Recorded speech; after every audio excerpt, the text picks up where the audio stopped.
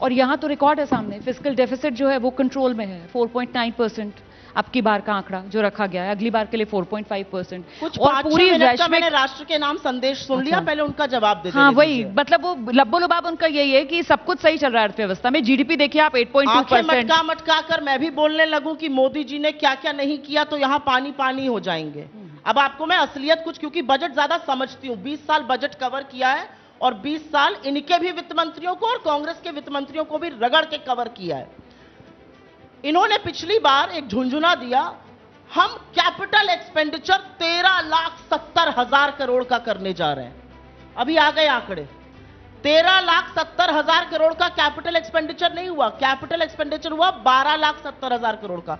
क्यों आपने 1 लाख करोड़ का कम एक्सपेंडिचर किया? और अब आप ठीकरा फोड़ रहे हैं प्राइवेट कंपनीज के सिर पर। यह पहला आंकड़ा है मेरा, और इसका जवाब दें, क्योंकि ये लोग जवाब से मांगते हैं। आप इनसे रोजगार पे सवाल पूछ रही हैं, ये जनधन अकाउंट बता रहे हैं।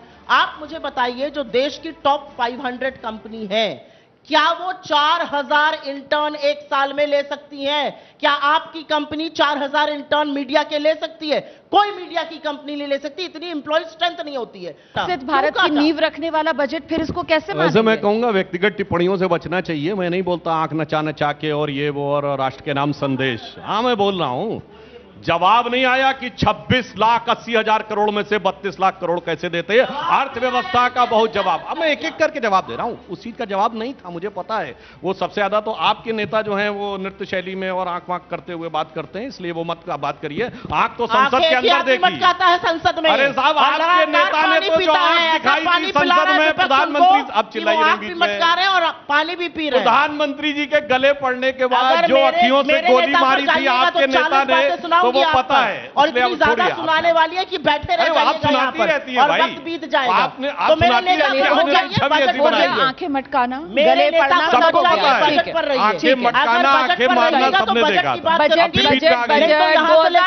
बजट में आंखें मटकाना कहां से आ गया था? ठीक है, ठीक है, ठीक है, सही है। और जब आपके नेता की याद दिलाई तो मुद्दे की बात, हम मुद्दे की बात है। 2047 बोलिए ना, कैसे बनेगा? अब मैं बता रहा हूं इनको। इन्होंने बोला कि 12,70,000 करोड़ रुपए का, चुनौती से कहता हूं, इनका एक बजट बताइए इसमें 12,70,000 रुपए का कैपिटल एक्सपेंडिचर हुआ हो। मैं चुनौती के साथ पूछता हूं। अब दूसरी बात मैं पूछता हूं, फिर भी बोलने लगती है। उन्हें सुन लीजिए, फिर आप जवाब दे दीजिएगा, आप समझा दीजिए। मैं आपको बात बताता हूं कि इस समय हमारी ग्रोथ रेट 7.2 है। इनके टाइम के सबसे लंबे समय तक राज किया है, 4 साल नहीं बता सकते 7.2 से ऊपर हो। इनके टाइम में ज्यादातर ग्रोथ रेट 2%, 1.8% के आसपास रही है। रेट ऑफ इन्फ्लेशन हमारे टाइम में इस समय 4.75% के आसपास है। इनके जमाने में 10%, 12%, 15%, 17%, 26 और 27% तक रही है रेट ऑफ इन्फ्लेशन। यानी रेट ऑफ ग्रोथ कब 1.8 और 2%, रेट ऑफ इन्फ्लेशन 26% रही है। और उसके बाद आकर ये लोग बताने का प्रयास करते हैं कि अर्थव्यवस्था में कितना अच्छा काम चल रहा है। और इन्होंने कहा कि राज्यों की बात ना करिए, चलिए कोई बात नहीं। तो मैं बताना चाहता हूं, जब हम विपक्ष में थे तो हमने राज्यों में करके दिखाया था। जिस समय एवरेज ग्रोथ रेट पूरे यूपीए के टाइम में 6% के आसपास थी, गुजरात की 10.5% से ऊपर थी। बीजेपी शासित सारे राज्यों की एग्रीकल्चर ग्रोथ रेट कोई जाके देख ले 10% से ऊपर थी।